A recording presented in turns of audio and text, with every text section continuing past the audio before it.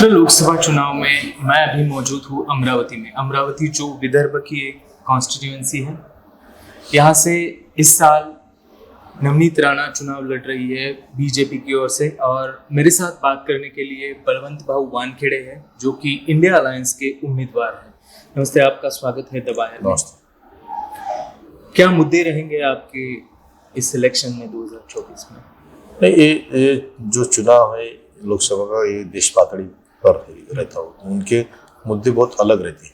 फिर भी जो मतदार संघ है उसके भी काम जो है, उनके भी जो मुद्दे हैं उन पर काम करना जरूरी रहता है। जैसा कि यहाँ बेरोजगारी है, मेलघाट के प्रश्न अलग है, किसानों के प्रश्न है। किसान अब आत्महत्या सबसे ज्यादा महाराष्ट्र में किसान अमरावती जिले में कर रहा है।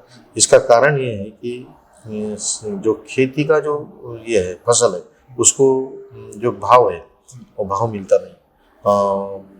जो बारिश है वो टाइम पर आती नहीं, यानी खारपन पट्टा बोलते हैं हमारे इधर, खारपन पट्टा। मैं भी 2-3 दिन नागपुर में था, तो वहाँ के भी किसान यही बोल रहे थे। यहाँ के रुई उत्पादक है जिसको कपास बोलते हैं, कपास, तो वो भी मुझे बोल रहे थे कि यहाँ पर हमको भाव नहीं मिलता क्विंटल के हिसाब से। देश के प्रधानमंत्री तो बड़ी बड़ी बातें करते हैं किसानों के लिए, किसान सम्मान निधि है, ये सरकार जो है वो किसानों की सरकार है। किस तरह से देखते हैं आप? नहीं देखो, अपने प्रधानमंत्री बोल रहे थे कि किसानों का उत्पन्न दुप्पट करूंगा, दुगना करूंगा। कैसा करूंगा ये बताएंगे उन्होंने अभी तक नहीं बताया, क्योंकि दुगना कैसा करना ये उनको भी मालूम नहीं। जैसा कि 2014 में जब सत्ता पर आए वो, तो कपास के भाव थे 7,000 रुपये, 10,000 रुपये क्विंटल। सोयाबीन के थे 6,000 रुपये क्विंटल। आज 2024 है, कपास के क्या भाव है? 7,000। मतलब घाटा हुआ है, घाटा हुआ। वो बोल रहे कि उत्पन्न दुगना करूंगा। तो ये सब बातें है उनको सिर्फ धर्म, जात पात इस पर ही लड़ाई लड़ना है। बाकी किसान हो, मजदूर हो, चाहे युवक हो, हमारी नारी हो, इन पर ख्याल देने के लिए कुछ टाइम नहीं। धर्म की बात आपने यहाँ पर की, तो एक मुद्दा ये भी आता है कि उनका एजेंडा है कि उन्होंने राम मंदिर बनाया है। और स्पेशली अमरावती का जब हम विचार करते हैं, बात करते हैं, तो 2021-22 में यहाँ पर सांप्रदायिक दंगे भी हुए थे। क्या उसका इम्पैक्ट है इस इलेक्शन में? और अगर है तो इंडिया अलायंस उसको कैसे इम्पैक्ट नहीं है उसका। जो लोग यहाँ के लोग हैं वो सुसंस्कृत है, यहाँ की परंपरा है। यहाँ से बहुत बड़े बड़े ये मतदार संघ का जो प्रतिनिधित्व किया वो यानी पुरोगामी विचार के थे, बहुत बड़े नेता थे। जैसे भाऊसाहेब पंजाबराव देशमुख जो घटना समिति में थे, दादा साहब 1950 के बाद, दादा साहब गोवी, सुदाम काका जिसको वैराग्य मूर्ति बोलते थे, हमारे प्रतिभाताई पाटिल जहाँ जो अभी राष्ट्रपति उन्होंने भी यहाँ से ये लोगों ने प्रतिनिधित्व किया। इसलिए लोग यानी यहाँ के जो है वो अच्छे लोग हैं, इनके बहकाव में नहीं आता। वो हरदम हर टाइम पे करते रहते। लोग समझ रहे, लोग को मालूम है कि ऐसा होने वाला है। नवनीत राणा जो है वो यहाँ से चुनाव लड़ रही है। उनके कास्ट के वैलिडिटी के सर्टिफिकेशन के बारे में भी कुछ सवाल हुए थे, लेकिन सुप्रीम कोर्ट ने उसे जायज़ करार दिया है। लेकिन दूसरी बात ये भी है कि उनको यहाँ पर हिंदू शेरनी के तौर पर देखा जाता है, कहा जाता है। मैंने कल जगह जगह देखा अमरावती शहर में उनके बड़े बड़े पोस्टर्स लगाए गए थे, उसमें लिखा था हिंदू शेरनी। तो हिंदुत्व का मुद्दा अमरावती में कितना असर देखो, आपने सब देखा होगा, गए चुनाव में वो दरगाह पर चादर लेके जा रही थी, उसके फोटो है भी, दरगाह पर चादर भी चढ़ाए हुए।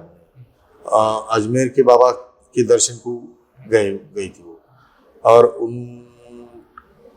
हरदम वो बातें यानी कांग्रेस राष्ट्रवादी के अलायंस में चुन के आई। जैसा कि फुले शाहू आम्बेडकर की विचारधारा पर उन्होंने बोला था। अभी कैसा क्या 2 महीने में 6 महीने में हिंदू शेरनी हो गई। ये लोग समझदार है, लोग उनके बात समझ रहे हैं और उसका कोई असर नहीं गिरेगा। आपको विश्वास है आप चुनकर आएंगे? पक्का विश्वास। इंडिया अलायंस की ताकत कितनी है अमरावती शहर में? क्योंकि ये जो कॉन्स्टिट्यूएंसी थी, यहाँ से जो पूर्वी इसलिए कह रहा हूँ कि शिवसेना स्प्लिट हो गई 2 विभागों में, और जहाँ के आनंदराव अडसूल थे वो जो शिंदे गुट के साथ गए, तो अभी कैसे हालात है इंडिया अलायंस? देखो, इंडिया अलायंस यहाँ बहुत मजबूत है।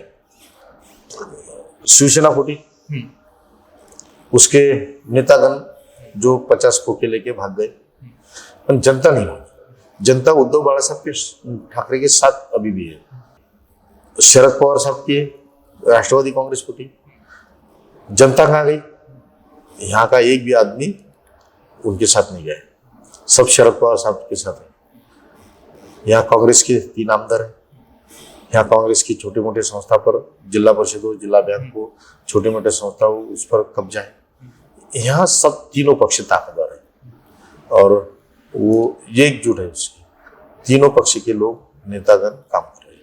अमरावती हो या महाराष्ट्र हो, ये जो हमेशा कांग्रेस का गढ़ रह चुका है, लेकिन पिछले कुछ सालों में हम देखे तो कांग्रेस का पतन होते हुए यहाँ पर दिख रहा है। नहीं। पतन इसलिए बोल रहा हूँ क्योंकि जो बड़े बड़े नेता थे, एक बात ये भी है कि जो बड़े बड़े नेता थे वो, उन पर भ्रष्टाचार के आरोप थे, वो बीजेपी में शिफ्ट हो गए। एक अलग तरह की वॉशिंग मशीन हमने देखी है। क्या ये है कि इस सहानुभूति की लाट हो या ये जो भ्रष्टाचार का मुद्दा हो, ये आगे ले जाने में कांग्रेस कहाँ पर कम पड़ती हुई नजर आई? नहीं, यहाँ तो कांग्रेस प्रबल है ही। रहा भ्रष्टाचारों के मुद्दे पर, वॉशिंग मशीन में डालते हैं। अब सब देश को नहीं, पूरे वर्ल्ड को मालूम है अभी कि इनके पास कौन सी मशीन है, और मशीन में डाल के वो जब बोलते हो खाने नहीं खाऊंगा, खाने नहीं दूंगा, तो खाने वाले अपने पास ले रहे, और जो असली कार्यकर्ता है भाजपा का, वो बेचारा देख रहा सी।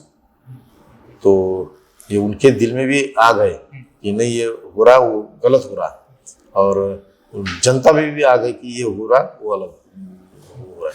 इसलिए जनता अब उनको सबक सिखाएगी। द वायर के और वीडियोस देखने के लिए सब्सक्राइब करें और बेल आइकन पर क्लिक करें।